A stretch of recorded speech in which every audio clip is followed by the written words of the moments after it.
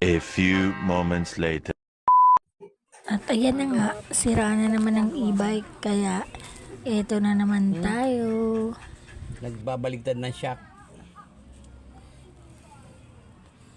Bulaga. Yan, nakikita ko yan, yung ginagawa ko.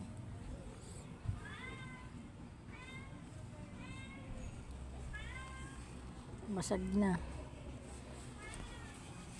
Wala na bago yan. Wala pang pambili. Beke naman.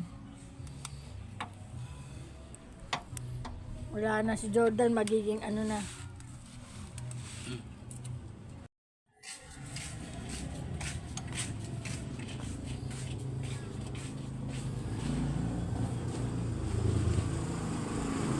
Shock pala yan. Shock to the heart! Jogi. Shock sa leeg.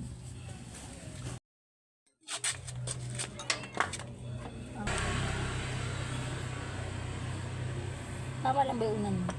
Tama lang, kaya lang yung posisyon nga kasi. Dapat kasi naangat yun.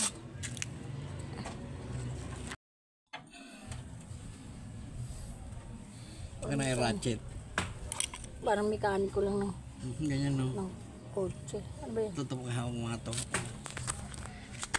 Ganyan lang, hindi makahawak yung isang kamay ko eh.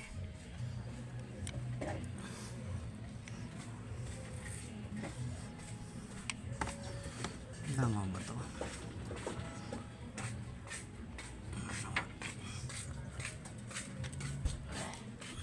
Wala pa ditong paggawaan ng e-bike eh. No?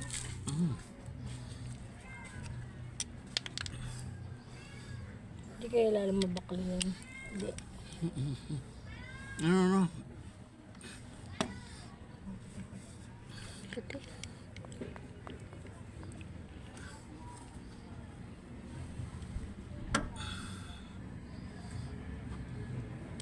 Saan ba nilagay sa lamin mo?